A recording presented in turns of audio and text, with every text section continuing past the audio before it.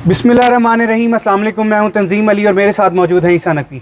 नकवी साहब, इंतज़ार की घड़ियां बिलाखिर ख़त्म हुई। 27वीं आईनी तरमीम पास होने के लिए सेनेट में पेश कर दी गई है। पीपल्स पार्टी का ये दावा है कि उन्होंने इसमें से गैर जमहूरी चीज़ें निकाल दी हैं। पीपल्स पार्टी की मरकज़ी मजलिस आमला में आखिर क्या चल रहा है? आपके पास क्या इनसाइड डिटेल्स हैं? देखें, एक तो हम जहाँ पर बैठकर इस वक्त गुफ्तगू कर रहे हैं, शाराए दस्तूर, ये जगह आप अक्सर देखते रहते हैं, ये पीछे कॉन्स्टिट्यूशन एवेन्यू है और ये वो मकाम है जिसको सुप्रीम कोर्ट ऑफ पाकिस्तान के रिपोर्टर्स कहते हैं, काजी फ़ाइज़ ईसा साहब का बनाया हुआ इंसाफ का कब्रिस्तान। और हम भी बकौल reporters of the supreme court एक कब्र पर बैठ के जो है वो इस वक्त वीडियो कर रहे हैं। और ये जो इमारत है, ये जो सामने मौजूद है सुप्रीम कोर्ट ऑफ पाकिस्तान की इमारत, अब ये सुप्रीम कोर्ट ऑफ पाकिस्तान नहीं बल्कि दी कॉन्स्टिट्यूशनल कोर्ट ऑफ पाकिस्तान बन जाएगी। अभी कुछ इस तरह की बातें भी चल रही हैं कि इस्लामाबाद हाई कोर्ट का तीसरा फ्लोर खाली करवाया जा रहा है या फिर वफाकी शरई अदालत कहाँ बैठेगी, कौन कहाँ बैठेगा, ये सारे मामलात चल रहे हैं। बहरहाल जो 27वीं आईनी तरमीम है, आज सुबह उसका मुसव्वदा जो है वो मंजूरी के लिए वफाकी काबीना में पेश किया गया, वहाँ से वो मंजूर हो गया। अब से थोड़ी देर पहले सेनेट ऑफ पाकिस्तान में पेश किया गया है। सेनेट ऑफ पाकिस्तान में पेश करते हुए वफाकी वज़ीर बराए कानून व इंसाफ आज़म नज़ीर तारड़ साहब ने आज के दिन को पाकिस्तान के लिए एक तारीख़ी दिन करार दिया है और ये मुसव्वदा, इसके ऊपर आगाज़ बहस का हुआ है। कुछ गुफ्तगू जो है वो अल्लामा राजा नासिर अब्बास की तरफ से की गई है, कुछ गुफ्तगू शेरी रहमान साहिबा ने की है, फिर इस पे जो है वो फैसल जावेद साहब ने, गालिबन सेनेटर कामरान मुर्तज़ा ने, फिर अमल वली ख़ान ने, इन लोगों ने यहाँ पर गुफ्तगू की है। उस पर तो हम आने वाली वीडियो में बात करेंगे। और मैंने साथ में फैसल चौधरी साहब जो हैं उनसे भी टाइम लिया है, यहाँ पर एक दो वीडियोस करने के बाद उनकी तरफ जाएंगे और इसकी जो बेसिकली कानूनी नुकात हैं कि कौन सी तरमीम के बाद अब क्या मतलब होगा। एक तो अपेरेंटली आपको लिखा नज़र आ रहा है, लेकिन जब आप उसमें आइनी तरमीम में ख़ास तौर पर आर्टिकल 243 में दीगर आइन के आर्टिकल्स के हवाला जात देखते हैं तो उनके साथ मिलाकर उसको देखना होगा और किसी कानूनी माहिर से हम ये समझने की कोशिश करेंगे कि एग्जैक्टली क्या है। अभी तो मैं आपके सामने रिपोर्टेड फैक्ट्स रखूँगा कि जो रिपोर्टेड फैक्ट्स हैं वो क्या हैं, और फिर हैरानकुन तौर पर जो वफाकी वज़ीर इत्तलात व नशरियात हैं बिलावल भुट्टो ज़रदारी ने एक बड़ा सियासी खानवादा है, वो फैमिली है जिस फैमिली ने हमेशा क्रेडिट लिया है कि इस मुल्क को एक सरज़मीन बेआइन को आइन हमने दिया है। तो इस मरतबा उन्होंने एक बयानिया बनाने की कोशिश की है कि हमने मज़ाहमत की है और हमने गैर जमहूरी चीज़ें इस आइनी तरमीम से निकाल दी। उस मज़ाहमत के ऊपर अगर आप मेटाफोरिकल टर्म्स में बात करें तो वफाकी वज़ीर इत्तलात अता तारड़ साहब ने लुंगी डांस कर दिया। वो एक रजनीकांत है गालिबन साउथ के इंडिया के जो एक्टर हैं, उनसे मशहूर है वो लुंगी डांस, और फिर कुछ गाने भी उसके ऊपर बने हुए हैं। तो वो लुंगी डांस करके दिखाया। वो जो मज़ाहमत का बयानिया बनाने की कोशिश की जा रही थी उसके ऊपर आइस बकेट चैलेंज जो है वो अता तारड़ साहब ने पूरा किया। और जो अंदर की तफसीलात हैं मैं आपको ख़बर बता रहा हूँ, ऑन अथॉरिटी वेरीफाई करने के बाद आज जो मुसव्वदा 27वीं आईनी तरमीम का सेनेट ऑफ पाकिस्तान में पास होने के लिए पेश किया गया है, जिस मुसव्वदे पर बिलावल भुट्टो ज़रदारी के मुताबिक, पाकिस्तान पीपल्स पार्टी के मुताबिक उन्होंने अपनी मरकज़ी मजलिस आमला से अप्रूवल लिया है, ये मुसव्वदा पीपल्स पार्टी की मरकज़ी मजलिस आमला के अराकीन में डिस्ट्रीब्यूट ही नहीं किया गया था। अच्छा, यानी आप जितनी मर्जी कहानी बना लें, हाँ कोई आए और आके मुझे कहे, मैंने तो 2-3 लोगों से कंफर्म किया है कि क्या इस इजलास में ये मुसव्वदा जिस पर बिलावल कह रहे हैं कि मैंने राय ली है और मुझे पार्टी के लोगों ने ये राय दिया, आपने उनको मुसव्वदा नहीं दिया तो आपने राय क्या लिया? आपने राय ली है जो ब्रीफिंग दी गई है मुर्तज़ा वहाब की और फारूक एच नाइक की तरफ से, जो हल्की फुल्की ब्रीफिंग दी है शेरी रहमान साहिबा ने, जो हल्की फुल्की ब्रीफिंग दी है नवीद कमर साहब ने, और टोटल 3 आवाज़ें थीं। ये भी हैरान कुन है। मैंने उसमें से फिर ज़ाहिर है कि कुछ अंदाजे भी ज़ाहिर है कि बंदा लगाता है कि यार ये आखिर ऐसा क्या हुआ होगा कि इसके ऊपर किसी भी बंदे ने रिमार्क्स देने से गुरेज किया, सांप सूंघ गया सबको। वो जाहिर है कि हम उसके ऊपर आते हैं। पहले मैं आपके सामने ना दो चीज़ें रख देता हूँ। एक तो अता तारड़ साहब आज़म नज़ीर तारड़ साहब जो हैं उन्होंने ये बताया कि 27 नवंबर को chairman joint chief of staff का ओहदा ख़त्म हो जाएगा। अब लोगों के पास तफसील आ चुकी है, आर्टिकल 243 में क्या है, आईनी अदालत का क़याम, सुप्रीम कोर्ट ऑफ पाकिस्तान की हैसियत क्या रह जाएगी, कौन कौन से मुकदमात जो हैं वो अब सुप्रीम कोर्ट ऑफ पाकिस्तान में जाएंगे। फिर ये जहन में रखिएगा कि एक मातहत लेजिस्लेशन ज़रूर होनी है, कानून साजी होनी है इस आईनी तरमीम के बाद, और इस आईनी तरमीम के मुताबिक अब नए कवानीन जो हैं वो वज़ा होने हैं। एक सवाल जो बड़ा अहम है कि आर्टिकल 243 के बाद क्या अब इस नए आइन के मुताबिक नया नोटिफिकेशन जारी होगा और फिर उसकी मुद्दत जो आर्मी एक्ट है उसके मुताबिक होगी। ये वाली चीज़ जो है वो आने वाले वक्त में हमने देखनी होगी। फिर जो ट्रांसफ़र ऑफ जजेस का मामला था उस पर पीपल्स पार्टी ने प्रैक्टिकली जो है वो एक कान जो है वो ऐसे पकड़ने के बजाय उनको बताया है नून लीग को कि कान दूसरे तरीके से कैसे पकड़ना है। असल में जो मकसद था वो मकसद अचीव हो जाता है, लेकिन उसके लिए तरीक़ेकार थोड़ा सा वाया उन्होंने जो है वो थोड़ा सा बढ़ा दिया है। दो चीज़ें मैं आपके सामने रख देता हूँ, फिर हम आते हैं जो इनसाइड जो चीज़ें होती रहीं। और अता तारड़ साहब की मैं आपको गुफ्तगू सुनवाऊँगा जिसको मैं लुंगी डांस करार दे रहा हूँ कि उन्होंने बिलावल भुट्टो जरदारी के बयानिए पर पाकिस्तान पीपल्स पार्टी के बेसिकली जो उन्होंने फेस सेविंग के लिए जो पूरा ड्रामा एक रचाया है, उस ड्रामे के ऊपर लुंगी डांस करके दिखाया और बताया कि ऐ पे आ जाए तो आड़ा बयानिया। ठीक है, अब आ जाए जनाब, वफाकी वज़ीर कानून जब सेनेट में आज पेश करते हैं, आपसे थोड़ी देर पहले ये साथ वाली इमारत में आपने देखा होगा पीछे DSNGs भी लगी हुई हैं, आज बड़ी गहमा गहमी है, रिपोर्टर्स यहाँ पर मौजूद हैं और ये सारा मामला चल रहा है। साथ साथ कलर टेम्परेचर जो है वो तब्दील हो रहा है, तो हम भी इसको जो है वो अपने फ़ोन को भी एडजस्ट करते रहेंगे। वज़ीर कानून साहब जनाब आईनी बिल सेनेट में पेश करते हैं। 27वीं आईनी तरमीम का चेयरमैन सेनेट यूसुफ रज़ा गिलानी की ज़ेर सदारत इजलास शुरू होता है। आज़म नज़ीर तारड़ कहते हैं कि आज मामूल की कार्रवाई को मुअत्तल कर दिया जाए और मुअत्तल करके बिल पेश कर लेते हैं। मामूल की कार्रवाई मुअत्तल कर दी जाती है, जो regular business of the house है उसको सस्पेंड कर दिया जाता है। आज़म नज़ीर तारड़ 27वीं आईनी तरमीम का बिल पेश करते हैं और कहते हैं कि बिल पार्लियामेंट की मुश्तरका कमेटी में भिजवा दिया जाए। कमेटी अपना काम करेगी, हमें कोई जल्दी नहीं है। मुश्तरका कमेटी में कौमी असम्बली और सेनेट के अरकान बैठते हैं, बिल कमेटी को जाएगा, कमेटी में दीगर अरकान को भी मदऊ करेंगे जो कमेटी के रुकन नहीं हैं। बिल पर वोट अभी नहीं होगा, अपोजिशन से बहस का आगाज़ करेंगे। चेयरमैन सेनेट जो है वो अपोजिशन से कहते हैं कि कायमा कमेटी के इजलास में शरीक हों। बिल कायमा कमेटी बराए कानून इंसाफ के सपुर्द कर देते हैं, उसके बाद सपुर्द कर दिया जाता है। फिर जो इससे पहले जो सारा प्रोसेस हुआ था वो हम ऑलरेडी एक्सप्लेन कर चुके कि जो वफाकी काबीना है वहाँ पर पेश किया गया था। साथ में जो इसमें चीज़ें मौजूद हैं उसके रिपोर्टेड फैक्ट्स मैं आपके सामने रख देता हूँ। मुमकिन है 27वीं आईनी तरमीम का मुसव्वदा जो है वो मौसूल होता है। आज सुबह वो मुसव्वदा जिसके बारे में मैं आपको बता रहा हूँ कि जिसको सर्कुलेट पाकिस्तान पीपल्स पार्टी की मरकज़ी मजलिस आमला में नहीं किया गया, उनको सिर्फ ब्रीफिंग दी गई। और अब ये भी एक सवाल है कि मुर्तज़ा वहाब साहब और फ़ारूक एच नाइक साहब जो ब्रीफिंग दे रहे थे, क्या उनके पास भी ओरिजिनल मुसव्वदा था या फिर उनको बस बताया गया था कि आप ये पॉइंट्स हैं तो आप इसके मुताबिक जनाब ब्रीफिंग दे लें।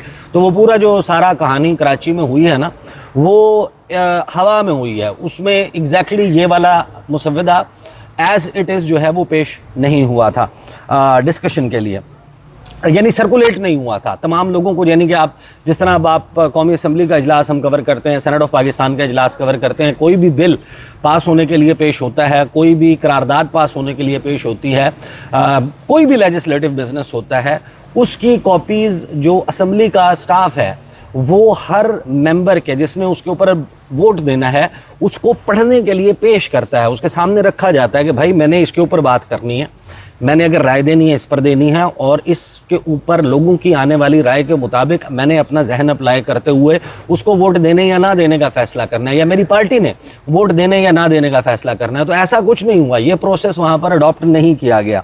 अच्छा जी, जो मुसव्वदा है उसके मुताबिक 27वीं आईनी तरमीम में आइन के आर्टिकल 42 और 59 में तरमीम की जा रही है। इसके अलावा आइन के आर्टिकल 63A की क्लॉज 5 में लफ्ज़ सुप्रीम को फेडरल कॉन्स्टिट्यूशनल में तब्दील किया जा रहा है, यानी कि जहाँ जहाँ सुप्रीम कोर्ट ऑफ पाकिस्तान था वहाँ पर अब federal constitutional court of Pakistan जो है उससे उसको रिप्लेस कर दिया जाएगा। इसके अलावा इनके आर्टिकल 27वीं तरमीम के तहत वफाकी आइनी अदालत के क़याम की तजवीज़ है। वफाकी आइनी अदालत आइन की तशरीह और आइनी तनाज़ात के फ़ैसले करेगी, यानी कि जितनी भी तशरीह है आइन की, जो आइन से रिलेटेड हुकूमत के बेसिकली जो मुकदमात हैं वो हुकूमत की बनाई हुई आइनी अदालत में जाएंगे, और जो सुप्रीम कोर्ट ऑफ पाकिस्तान जो एक्चुअली थी वो जो है मियाँ बीवी का झगड़ा हो गया, तलाक़ के मामलात हो गए, नाम नफ़के के मामलात हो गए, कोई छोटी मोटी कोई चीज़ चोरी करके भाग गया, कोई जायदाद का टैक्स का मामला है, कोई गबन है, फ्रॉड, इस किस्म के मामलात ज़ाहिर है कि हमारी अदलिया के मोअज़्ज़ज़ अदलिया के सुप्रीम कोर्ट ऑफ पाकिस्तान के वो जजेस जिनको लीगल्स कहा जाता है, जिन्होंने अपनी पूरी ज़िंदगी आइन और कानून की किताबें और लाइब्रेरियाँ खंगालने में लगा दी, जिनको पूरी दुनिया में लेक्चर्स के लिए बुलाया जाता है, आइन और कानून के दरस व तदरीस के शोबे से भी वाबस्ता हैं, उनकी गुफ्तगू को बड़े गौर से सुना जाता है। तो अब वो जो है वो मियाँ बीवी के झगड़े इंशाल्लाह भुगताया करेंगे माशाल्लाह अल्हम्दुलिल्लाह। और 27वीं आइनी तरमीम जो है के तहत वफाकी आइनी अदालत के क़याम की तजवीज़ है। वफाकी आइनी अदालत आइन की तशरीह और आइनी तनाज़ात के फ़ैसले करेगी। मुसव्वदे में कहा गया कि सुप्रीम कोर्ट से आइनी इख्तियारात वापस लेकर वफाकी आइनी अदालत को दिया जाएंगे। आइन का आर्टिकल 184 ख़त्म कर दिया जाएगा। सुप्रीम कोर्ट ऑफ पाकिस्तान या फिर इवन जो इनका अज खुद नोटिस, सो मोटो नोटिस उसका इख्तियार जो है वो ख़त्म कर दिया जाएगा। आइनी मुकदमात अब सुप्रीम कोर्ट नहीं, सिर्फ़ और सिर्फ वफाकी आइनी अदालत सुनेगी। सुप्रीम कोर्ट सिर्फ अपीलों और अमूमी मुकदमात की अदालत रहेगी। अब अमूमी मुकदमात से आप जो मैं आपको एक्सप्लेन कर चुका हूँ वही मुकदमात है। हाँ, जो मुजव्वज़ा मुसव्वदा है लिखा हुआ नहीं है तो मैं मेरे ऊपर पीका लगाने की ज़रूरत नहीं है, ये नहीं लिखा हुआ कि मियाँ बीवी के झगड़े, लेकिन जाहिर है कि फिर यही करेगी ना फिर सुप्रीम कोर्ट ऑफ के केसेस, छोटे मोटे केसेस। हाँ, तो चीफ जस्टिस और चारों सूबों से बराबर नुमाइंदगी होगी। वफाकी आइनी अदालत के चीफ जस्टिस की मुद्दत 3 साल मुकर्रर होगी। चीफ जस्टिस ऑफ पाकिस्तान के ओहदे की हैसियत महदूद हो जाएगी। मुसव्वदे में, और ये यहाँ पर देखें बड़ा ज़बरदस्त किस्म का इस वक्त एक छोटा मोटा धमाका जा रही हैं। जो सुप्रीम कोर्ट में एंट्री का जो गेट है उसको गिराया जा रहा है और उस वक्त बड़ी ज़बरदस्त किस्म की धूल उठी है। तब्दीलियाँ आ रही हैं, बड़ी बड़ी तब्दीलियाँ आ रही हैं। अच्छा जी, फिर आगे चलते हैं। मुसव्वदे में सुप्रीम कोर्ट और आइनी अदालत के दरमियान इख्तियारात की तकसीम की तजवीज़ की गई है। आइनी अदालत के फ़ैसले मुल्क की तमाम अदालतों पर लाजिम होंगे। यानी आर्टिकल 189 जो पहले सुप्रीम कोर्ट ऑफ पाकिस्तान का था कि यहाँ से होने वाला फ़ैसला तमाम मातहत अदालतों के ऊपर जो है वो लाजिम है, बाइंडिंग है, अब वो जो है ख़त्म हो गया है। अब ये मामला जो है वो चला गया है वफाकी आइनी अदालत के पास के वो जो फ़ैसला करेंगे माँ बदौलत तो वो तमाम लोगों को मानना होगा। चीफ़ ऑफ डिफेंस स्टाफ का ओहदा आर्मी चीफ़ को देने की तजवीज़ है। इसके ऊपर हम ज़ाहिर है कि पहले बात भी कर चुके हैं। 27वीं आइनी तरमीम के मुसव्वदे में फ़ौजी ढांचे में बड़ी तब्दीली तजवीज़ की गई है। Chairman joint chief of staff committee का ओहदा ख़त्म करके आर्मी चीफ़ को चीफ़ ऑफ डिफेंस फोर्सेस का ओहदा देने की तजवीज़ है। यानी कि there will be no chief of army staff, तो वो बेसिकली हो जाएंगे चीफ़ ऑफ डिफेंस फोर्सेस। उसमें ज़ाहिर तमाम फोर्सेस हैं। और आइनी तरमीम के तहत फील्ड मार्शल और दीगर आला फ़ौजी ओहदों को ताहयात दर्जा हासिल होगा। जो आला तरीन यानी कि चीफ़ मार्शल का, फील्ड मार्शल का और जो फ्लीट के मार्शल हैं उनके ओहदे जो हैं वो ताहयात होंगे। और उसमें फिर बड़ी इंटरेस्टिंग किस्म की चीज़ें हैं और इसके ऊपर ज़ाहिर है कि हर किस्म की राय मौजूद है। इसकी फ़वाइद के ऊपर भी बात है। इसके बहुत सारे लोग कह रहे हैं कि इससे बड़ा नुकसान होगा, स्क्वीज़ हो जाएगी ऑलरेडी। लेकिन आर्मी के पास तो पाकिस्तान में फ़ौज के पास, पाकिस्तान के सिक्योरिटी अदारों के पास हमेशा से पावर जो है वो बहुत ज़्यादा रही है। एक जो डायनामिक कुछ तब्दील हुए हैं ख़ास तौर पर जो इंडिया में चीफ़ ऑफ डिफेंस स्टाफ का ओहदा क्रिएट हुआ है, अब शायद उसको जो है वो थोड़ा बहुत रेप्लिकेट करने की कोशिश की जा रही है। फिर जजेस टेरिटरी में वज़ीर आज़म और सदर हैं, उनको कलीदी किरदार हासिल होगा। वही दो ओहदे जिनको बड़ा ख़तरा होता है ऑनवर्ड्स अपने जो है वो मामलात का कि सुप्रीम कोर्ट ऑफ पाकिस्तान में या आइनी अदालत में वो आ सकते हैं, तो उनके पास बड़ा इख्तियार होगा उन जजेस की जो है वो तैनाती का। यानी अपने इंसाफ करने वाले, अपने मुकदमात सुनने वाले जो हैं वो हुकूमत, वज़ीर आज़म और सदर ख़ुद लगाएंगे। उसके लिए तरीक़ाकार को इंडिपेंडेंट या डिफरेंट तरीक़ाकार नहीं होगा। कुछ ऐसी चीज़ें हैं जो कानूनी चीज़ें, उनके ऊपर हम इंशाल्लाह जो है वो जो लीगल एक्सपर्ट्स हैं उनको बिठाकर उनसे बात करेंगे। अब आ जाते हैं, देखें पाकिस्तान पीपल्स पार्टी, मैं आपको इंफॉर्मेशन की बेसिस पे बता रहा हूँ कि पाकिस्तान पीपल्स पार्टी का जो मरकज़ी मजलिस आमला का इजलास था ना, वो बड़ा दिलचस्प था। उसमें वजह यह है कि जो पीपल्स पार्टी के लोग वो हमेशा से ये बातें करते आए हैं कि देखें आइन के लिए, जमहूरियत के लिए जो खिदमात हमारी हैं, आइन और जमहूरी जो तकाज़े हैं इनकी, ये हमारी जो है वो रेड लाइन है, इसको कोई क्रॉस नहीं कर सकता। और जमहूरियत का ये आलम था पीपल्स पार्टी की सेंट्रल एग्जीक्यूटिव कमेटी में कि वहाँ पर बैठे हुए लोगों को बग़ैर बोले ये बात पता थी कि चीज़ें डिसाइडेड हैं, हमने सिर्फ बस एक खाना पूरी करनी है और उसके बाद साईं जानन ते गाई जानन। यानी आर्टिकल 243 के ऊपर जिस वक्त मामले के ऊपर बात हुई, एक बंदा नहीं था, तीन हैं, यानी एतजाज़ एहसन साहब हैं जिन्होंने इसके हवाले से बात की, रज़ा रबानी साहब ने 2 जुमले बोले, उन्होंने भी कोई लंबी चौड़ी बात नहीं की, और एक और साहब हैं जिन्होंने तैनाती के हवाले से कुछ मामलात के ऊपर बात की। एतजाज़ एहसन साहब ने जुमला कोट एंड कोट ये कहा कि हमें बिलावल के हवाले सियासत बेड़ियां पहना कर नहीं करनी चाहिए। एग्जैक्ट जुमला जो है वो जो मुझ तक पहुंचा था वो मैंने लिखा भी है कि बेड़ियां खोल कर सियासत बिलावल के हवाले करनी चाहिए। ये जो हम कर रहे हैं इस आईनी तरमीम का हवाला देते हुए, इससे मुराद एतजाज़ एहसन साहब की ये थी कि हम बेड़ियां पहना कर सियासत बिलावल के हवाले कर रहे हैं। रज़ा रबानी साहब ने 1 या 2 जुमले बोले, एक और साहब हैं उन्होंने तैनाती के तरीक़ाकार के मामले पर कि वो भी कुछ चीज़ें क्लैरिटी जो है वो इसमें होनी चाहिए। बाकी तमाम के तमाम लोगों ने इसका साथ दिया। और फिर मैंने, जाहिर है कि मैंने अंदाज़ा भी लगाया, एक बंदे से दरमियान में बात भी हुई कि आखिर ऐसा क्या हुआ कि जब आप ब्रेनस्टॉर्मिंग कर रहे होते हैं तो आप पॉजिटिव नेगेटिव सब कुछ डिस्कस करते हैं कि इससे ये फ़ायदा हो जाएगा, इससे ये नुकसान हो सकता है, इसके प्लस पॉइंट्स ये हैं, इसके नेगेटिव्स ये हैं, इससे अवामी तासुर, ज़ाहिर है कि सियासतदान है, आखिर अल्टीमेटली उनकी कॉन्स्टिट्यूंसी है पाकिस्तान के अवाम से, यंगस्टर्स से, उन्होंने वोट लेना है। कल को उन्होंने बिलावल को प्राइम मिनिस्टरियल कैंडिडेट के तौर पर इलेक्शन में लॉन्च करना है, तो जब हम ये करेंगे तो इसके ऊपर अवाम की राय क्या बनेगी। ये जाहिर है कि डिस्कशन में तो ये सब कुछ आता है, लेकिन मुझे बड़ी हैरानी हुई इस बात की जब मुझे ये बताया गया कि आर्टिकल 243 वाले मामले पर ख़ास तौर पर किसी एक भी शख्स ने नेगेटिव बात की ही नहीं। तो या तो पीपल्स पार्टी मुकम्मल तौर पर इस बात पर पुरयकीन है कि यही बेहतरीन तरीका है, यही करना चाहिए था, या फिर दूसरा मामला ये है कि उनको ये एहसास था कि बिलावल फ़ैसला कर चुके हैं, आसिफ अली ज़रदारी फ़ैसला कर चुके हैं, हमारे कोई भी पॉजिटिव नेगेटिव्स डिस्कस करने से उस डिसीजन पर असर नहीं पड़ना। अगर हमने कोई नेगेटिव बात की तो वो तो रिकॉर्ड भी हो रही होगी, वो तो कहीं पहुंच भी जाएगी, तो हम खामखाई गंदे हो जाएंगे, अपने रास्ते जो है वो ख़राब करने के बजाय। बस सब ने जो है वो इसके ऊपर, लेकिन ये है कि पीपल्स पार्टी इसकी सपोर्ट में। और मैं आपको एक बात बताऊं, अगर पाकिस्तान के सियासी झगड़े को एक साइड पे रखकर इस आर्टिकल 243 पर बात की जाए ना, फिर आप, मेरा ख्याल है कि बहुत सारी चीज़ें हैं जिसको क्लैरिटी के साथ बयान भी कर सकते हैं और इनके ऊपर आप कहते हैं कि नहीं यार ये पॉजिटिव्स हैं, ये इसके फ़ायदे। मसला ये है कि इस वक्त पाकिस्तान में आईनी तरमीम हो, कानून साजी हो, हुकूमत का पॉलिसी डिसीजन हो, उसको इस तनाजुर में नहीं देखा जाता और नहीं देखा जा सकता कि आप इन आइसोलेशन देखें कि इसका लॉन्ग टर्म में किसको क्या फ़ायदा होगा। सब ने इसको शॉर्ट टर्म पे देखना शुरू कर दिया है, और सियासी लेंस से जब देखते हैं तो फिर बहुत सारे मसाइल ज़ाहिर है कि मौजूद हैं। अब इस सारे मामले पर बिलावल भुट्टो ज़रदारी ने तो बहुत ज़बरदस्त जनाब, उन्होंने कहा कि हमने ये कर दिया, हमने फ़लाँ निकलवा दिया, देखें वो NFC वाला मामला था, सूबाई मुख्तारी का, खुद मुख्तारी कम हो रही थी, फ़लाँ महकमे वापस दिए जा रहे थे।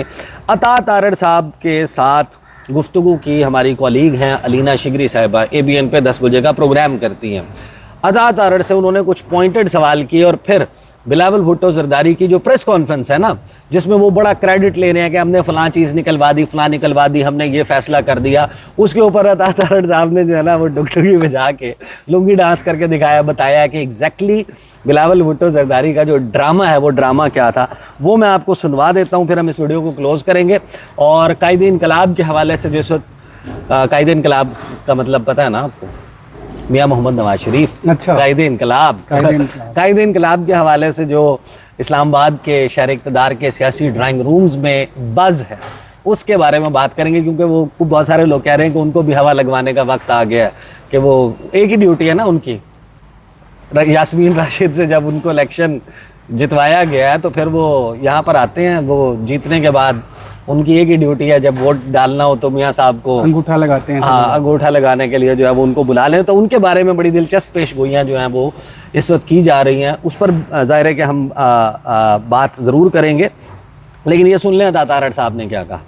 बिलावल साहब ने आपने जो ट्वीट किया था वो आपको एतमाद में लेकर किया था, और वही surprise by the tweet? 100% possible नहीं है ना, वरना तो फिर उस पर कोई ना कोई हमारा रिएक्शन आ गया होता।